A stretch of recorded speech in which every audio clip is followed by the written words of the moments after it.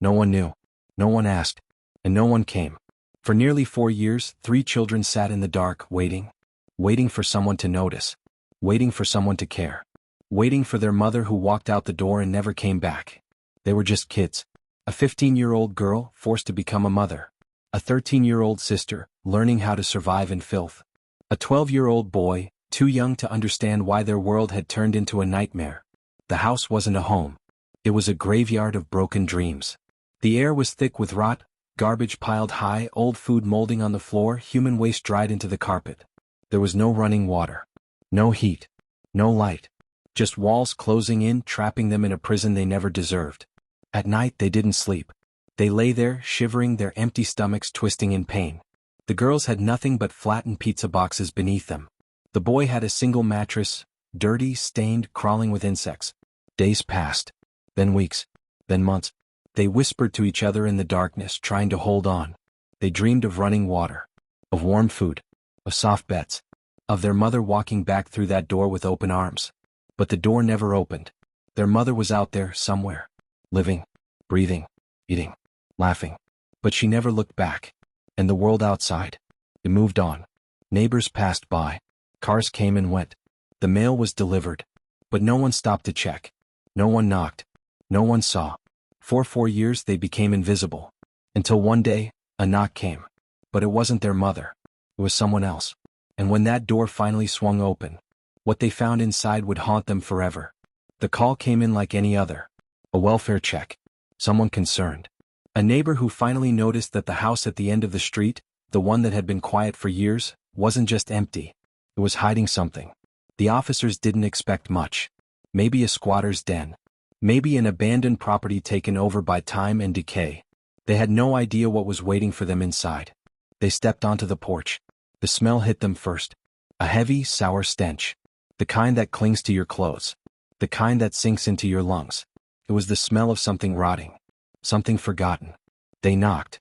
No answer. They knocked again. Still silence. But then, a noise. Faint. A shuffle. A breath. Someone was inside. They pushed open the door. And what they saw, it made their stomachs turn. The air was thick, damp, suffocating. The kind of air that hasn't been fresh in years. The light barely made it through the grimy windows, casting long shadows over the filth. Garbage. Everywhere. Old food containers stacked in the corners, their contents long since turned to sludge. Broken furniture, torn and stained. Empty bottles, wrappers, piles of clothes so dirty they had fused with the floor. And then the smell made sense. Rot. Not just from the garbage, but from something worse. Human waste. It was in the corners. In the hallway. It had soaked into the carpets, into the walls. The house wasn't just filthy. It was unlivable. And yet, they weren't alone. A movement. A shadow in the back of the room. Then a face. A girl. Thin. Pale. Her eyes sunken, her lips dry, cracked. She stood there, staring as if she wasn't sure if what she was seeing was real. Behind her, another girl. And beside her, a boy. 3 of them. 3 children. They weren't supposed to be here. Not like this. The officers stepped closer, but the children didn't move. They didn't run. They didn't speak. It was as if they had forgotten how. One of the officers called out, "Are you okay?" The oldest girl blinked. Her throat moved like she wanted to say something. But no words came out. The boy shifted, gripping the edge of a dirty blanket wrapped around his shoulders. The younger girl just stared. It was the silence that broke the officers. Not crying. Not screaming. Just silence. 4 years of it. 4 years of living in this nightmare. The officers scanned the room, their eyes adjusting to the horror. A mattress in the corner, stained, torn, covered in insects. That was where the boy slept. Next to it, pizza boxes flattened into makeshift beds for the girls. The boxes were old, soggy at the edges, their prints faded. No pillows. No blankets. No comfort. Just a home turned into a cage. A place where time had stopped. One of the officers radioed for backup. They needed child services. Medical help. Anyone who could make sense of what they were looking at. Because this wasn't just neglect. This was something worse. The children had been alone for years. Surviving on food dropped at the door. No school. No doctors. No baths. No warm meals. Just waiting. Waiting for a mother who never came back. The officers had seen bad things before. But this was something else. And as they stepped deeper into the house, they realized something. The children weren't just abandoned. They had been left here, to disappear. But what happened to their mother? And why did she leave? The answer was even worse than they imagined. Got it? I'll make sure the chapter stays true to the real case and follows the actual events. Here's the corrected version, keeping the suspense and emotional impact while staying accurate to what actually happened. She was their mother. The woman who gave them life. The woman who should have been there to hold them, to protect them, to love them. But she was gone. And the most disturbing part? No one had even noticed. The police needed answers. They had found the children, 3 of them, abandoned, starving, surviving in filth. But where was their mother? Her name was Raven Michelle Yarbrough, 35 years old. A mother of 3. But not the kind of mother you imagine when you hear those words. Her story wasn't one of love or sacrifice. It was one of neglect, of abandonment. And when the police finally tracked her down, she wasn't missing. She wasn't dead. She was out there living her life. While her children sat in that rotting house, surrounded by filth, she was breathing fresh air, eating hot meals, sleeping in a warm bed. She had left them behind. Not for a day, not for a week, but for 4 years. The investigation revealed a timeline that made even the most hardened detectives sick to their stomachs. At first she had been there. The house wasn't great, but at least she was present. At least she pretended to be a mother. Then something changed. She started leaving more often. She would disappear for days, then weeks. Eventually, the days stretched into months. And then, she just stopped coming home. There was no warning. No goodbye. One day she walked out that door and never looked back. The children were left to survive on their own. And for 4 years they did. They rationed whatever food they could find. They drank from the toilet when the water stopped running. They slept on trash. And all that time no one came. No one checked. No one asked. The neighbors never saw anything. The family never raised alarms. And Raven? She was out there. Not missing. Not lost. Just gone. When police finally found her, she wasn't in hiding. She wasn't running from the law. She was living a life that didn't include her children. She had another home. Another world. And when they confronted her, she had no remorse. No panic. No explanation. Just excuses. She claimed she checked on them. She said she brought food. But the house told a different story. That house wasn't livable. It wasn't a home. It was a graveyard of neglect. And the people who had known her? They were shocked. Because the truth was, no one knew. No one had realized what she had done. Not her friends. Not her distant relatives. No one had suspected that a mother could simply erase her own children. But she had. And now the world wanted to know why. Was it simple neglect? Or was there something even darker? As investigators dug deeper, they found something even worse. Something that made this case truly unthinkable. For most children, life is filled with warmth, with laughter, with bedtime stories and hugs. But for these 3, life was something else. It was cold. It was lonely. And every single day was a fight to survive. The house they lived in wasn't a home. It was a prison. A trap. And every morning they woke up to the same nightmare. They opened their eyes to filth, to the smell of rot, to the sound of silence. No good mornings. No breakfast cooking on the stove. Just emptiness. They had no one. No one to ask if they were okay. No one to tell them it would be all right. And yet they survived. But how? The oldest girl, barely a child herself, became the mother they lost. She took care of the others. She tried to keep them safe. She did whatever she could to find food. Some days it was a bag of chips left behind. Other days a piece of bread too stale to chew. And when there was nothing, they waited. Waited for their mother to come back. Waited for someone to remember them. But no one did. They drank water when they had it. And when the water shut off, they drank from the toilet. They didn't eat every day. They didn't bathe. They didn't even cry anymore. Because crying wouldn't change anything. They were invisible. No school. No friends. No birthdays. No Christmas mornings. For the outside world, they simply didn't exist. And that's what made this so horrifying. How did no one notice? How did they go missing without ever leaving? For years no one asked where they were. No teachers called home. No truancy officers knocked on the door. They were ghosts. But they were still here. Still breathing. Still waiting. Waiting for a mother who had already moved on. Waiting for a rescue that wouldn't come. Until one day, it did. Until one day someone finally saw them. And when the truth came out, the world was forced to ask itself one question. How many more children are still waiting? For years. For long years of silence. 4 years of darkness. 4 years of waiting for someone to notice. And then, finally, someone did. It was a neighbor. Someone who had lived next door all this time. Someone who had seen the house but never the children. Someone who had heard the whispers but never the cries. One day they saw something. Maybe it was a shadow in the window. Maybe it was a sound that didn't belong. Whatever it was enough to make them pick up the phone. They called the authorities. They reported what they had seen, what they had heard. They didn't know the whole story, but they knew something was wrong. The police arrived. They knocked on the door. No answer. They knocked again. Still nothing.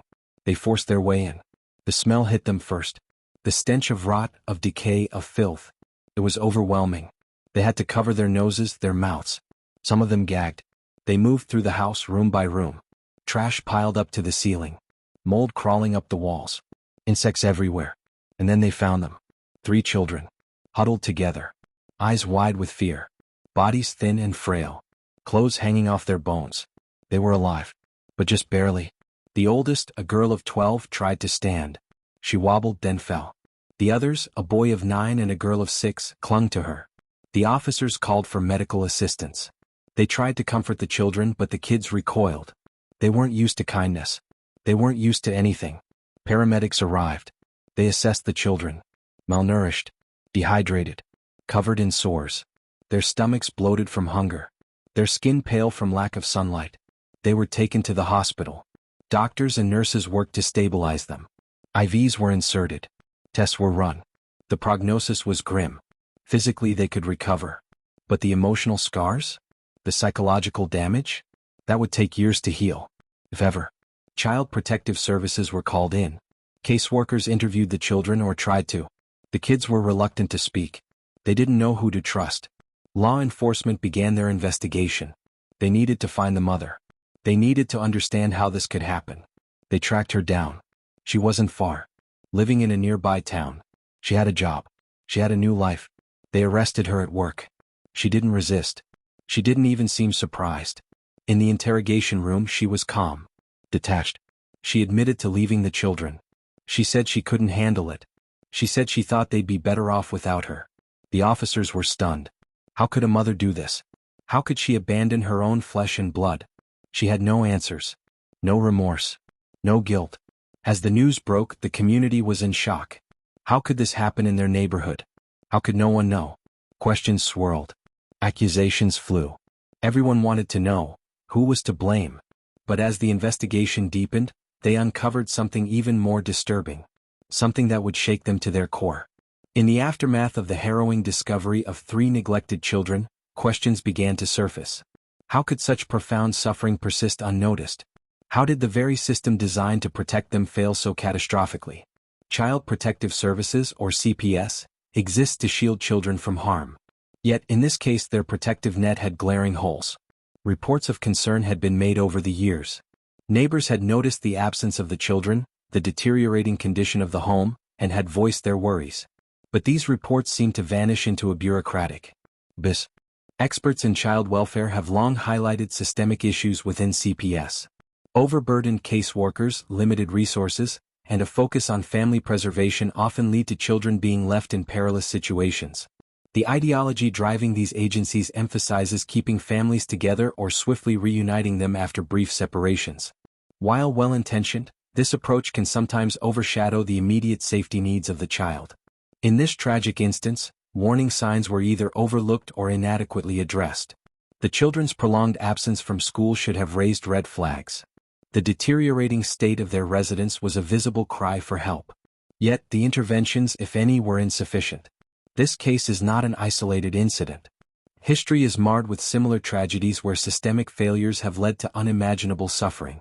Take, for instance, the heart-wrenching story of 9-year-old Shaylin Lejano Stone. Despite clear signs of abuse and neglect, the system's interventions fell short, culminating in her untimely death. Such cases underscore a critical need for reform. The safety and well-being of children must take precedence. Comprehensive training for caseworkers, reduced caseloads, and a shift in focus towards the child's immediate safety are imperative steps. As the community grapples with the aftermath, a pressing question lingers: how many more children are silently enduring similar fates, slipping through the cracks of a flawed system? In the wake of the harrowing discovery of 3 children abandoned in squalor, the wheels of justice began to turn. The mother, Raven Michelle Yarbrough, faced a litany of charges. Authorities charged her with multiple counts of child neglect and endangerment, each carrying significant legal consequences. Legal experts weighed in, suggesting that if convicted, she could face substantial prison time, reflecting the severity of her actions. As the legal proceedings unfolded, attention turned to the children's future. Removed from the deplorable conditions they once endured, they were placed under the care of Child Protective Services. Efforts were made to provide them with a stable environment, access to education, and the psychological support necessary to heal from their trauma. The road ahead was daunting, but with the right support, there was hope for recovery and a chance at a normal life. The public's reaction to the case was one of outrage and sorrow. Communities rallied together, demanding answers and systemic changes to prevent such tragedies in the future. Vigils were held, and support poured in for the children, showcasing a collective commitment to their well-being. Discussions about the failures of Child Protective Services became a focal point, with many advocating for reforms to ensure that warning signs are never overlooked again. As the community grappled with the aftermath, a pressing question lingered. What measures would be implemented to safeguard other vulnerable children from similar fates? For nearly 4 years, no one knew. No one heard the quiet cries from inside that house. No one saw the hunger in their eyes. No one noticed the darkness closing in around them. They were ghosts, trapped in a world where love was supposed to exist. A mother was supposed to protect. A home was supposed to be safe. But for them, home was nothing more than a cage of filth and fear. When the door was finally opened, the truth spilled out like a nightmare. The stench, the decay, the emptiness. 3 children, abandoned, forgotten, left to survive in a world that had already turned its back on them. The system failed.